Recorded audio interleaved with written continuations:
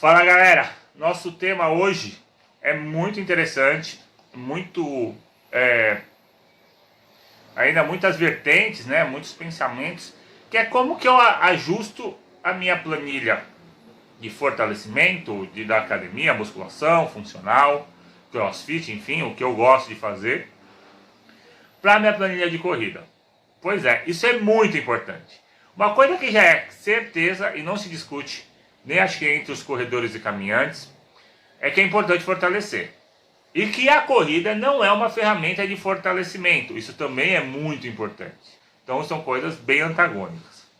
Legal. A partir desse momento, nós temos que entender que a corrida ela é ou não é sua prioridade.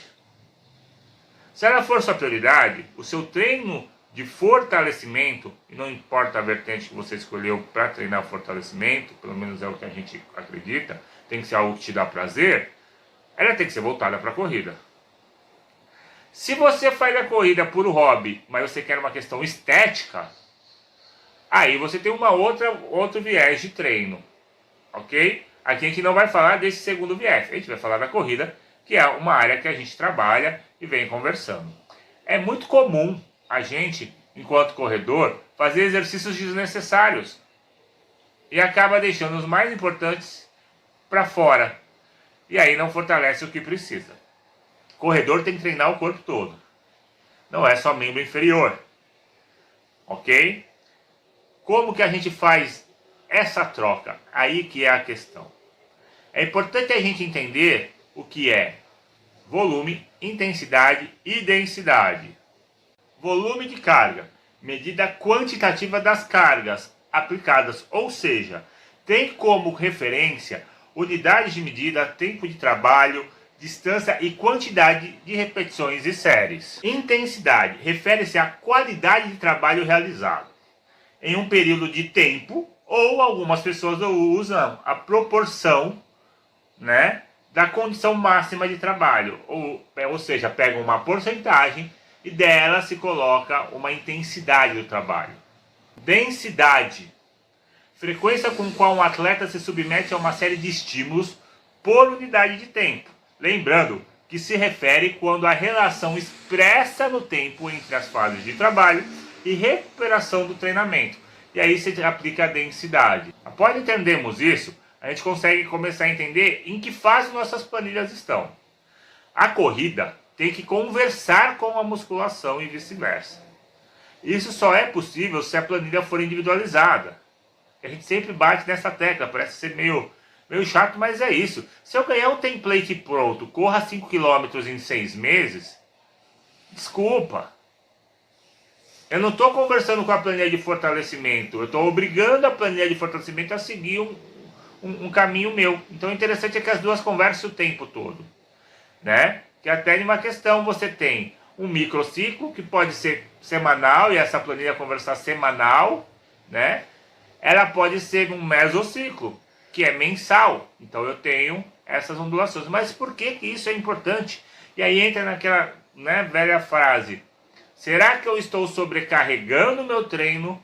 Ou será que eu estou melhorando o meu treino, né? Ou será que esse treinamento é concorrente, como a língua mais científica fala? Ou será que esse treinamento não é concorrente? Eu não concorro com ele. Isso é a chave. Quando eu tenho que entender qual é o meu momento da corrida. Então eu vou dar um exemplo. Vamos supor que o ano começa para nós corredores em janeiro e não tem provas até março, né? Normalmente é mais ou menos assim que segue. Ela não é tão prioritária para o seu começo de corrida. O pace não é o principal. Baixar tempo não é o principal. Você pode se preocupar mais com a técnica, menos volume, menos intensidade, mais técnica, mais trabalho para se reorganizar na corrida. Enquanto você tem essa planilha mais leve que a gente brinca, ou comenta de uma forma mais simples, a gente tem, em compensação, o fortalecimento mais forte, mais cansativo. Tem que sentir essa perna pesada. Eu tenho que fadigar a musculatura. É isso. Eu não posso ter esses dois no mesmo nível de esforço. senão eu vou perder qualidade nos dois. E quando eu aumento muito a minha questão de carga e acabo prejudicando o sistema nervoso central, quando eu for correr, eu vou correr muito ruim, porque o meu sistema nervoso central está fadigado e gera risco de lesão. Então eles têm que se conversar. Então, enquanto uma planilha de fortalecimento está lá em cima, a de corrida está aqui. E ao passar do tempo, você vai invertendo esses valores. Vai chegar uma hora que a gente chama a planilha de fortalecimento de manutenção. E aí a gente está melhorando a relação da corrida. Aí entra o pace, aí entra a melhora de velocidade, enfim, como você gosta de mensurar a sua corrida. É isso. Então assim, a gente não pode em nenhum momento ter os dois. Quando você pensa numa organização de treino, você tem que se preocupar primeiro com a técnica, depois a velocidade, a força e por final a resistência. Isso seria uma linha de raciocínio, ok? Então não adianta você correr muito, aí a gente fala da planilha concorrente, para depois de treinar a força da musculação. Seu sistema nervoso vai estar fadigado, risco de lesão, de falha mecânica. E a gente não precisa. Qual que é o objetivo? Se eu tenho muito trabalho de corrida, eu vou ter a manutenção, como a gente tinha falado antes, e vice-versa. Como eu sei e quando fazer isso? Isso é importante. Eu tenho que conversar o tempo todo ou com o meu treinador de fortalecimento, ou com o meu treinador, professor de corrida, né? Ou se ele faz os dois, ele já vai estar muito mais mensurando de forma mais correta, porque ele vai estar controlando as duas cargas. Carga é importantíssimo entender, que foi o que a gente falou anteriormente: intensidade, volume, densidade. É importante a gente entender que correr, se é nossa priori, tem as questões dos exercícios que a gente entra. Por exemplo, Fabiano, eu vou correr 10 km. A literatura fala 3 a 2 dias. Fabiano, eu vou correr 21 km. 4 a 3 dias. Fabiano, eu vou correr uma maratona. 5 dias na semana de treino de corrida. E aí entra o X. Tem gente que tem só 2 dias de treinamento para musculação. Corre 3 dias e aí final de semana eu quero descansar. Eu descanso segunda, treino 2 dias na semana a musculação, porque sábado eu faço meu longão, né? Ou domingo, enfim. Eu tenho 2 dias de fortalecimento. A gente tem que entender que esses 2 dias de fortalecimento, ele tem que correr de forma geral. Ou seja, ele não tem que fazer o que a musculação faz tradicionalmente, que é treino A, B, C. Eu tenho que fazer treinos, como eu vou dar esse período de 48 horas, completo. Então eu vou trabalhar membro superior e inferior junto. Eu preciso pelo menos de 2 dias de estímulos do mesmo treino. Porque se eu fizer esse treino só numa terça e fazer ele na outra terça, eu também não vou ter resultado. Mesmo que eu respeite o que a gente considera de priori, que é a questão de respeitar aonde está a prioridade nesse momento, se é o fortalecimento ou se é a corrida, né? Para que eles não sejam concorrentes e eu não gere lesão. Isso é importante. E entender também, aí vai outra dica, que a gente precisa ter uma concepção de entender o que é a corrida, tá? Saindo um pouco desse tema de como incluir o treinamento, mas perceber se sua planilha tem relação com esse fortalecimento da corrida. A corrida, ela gera desestabilização, sobrecarga articular e é unipodal.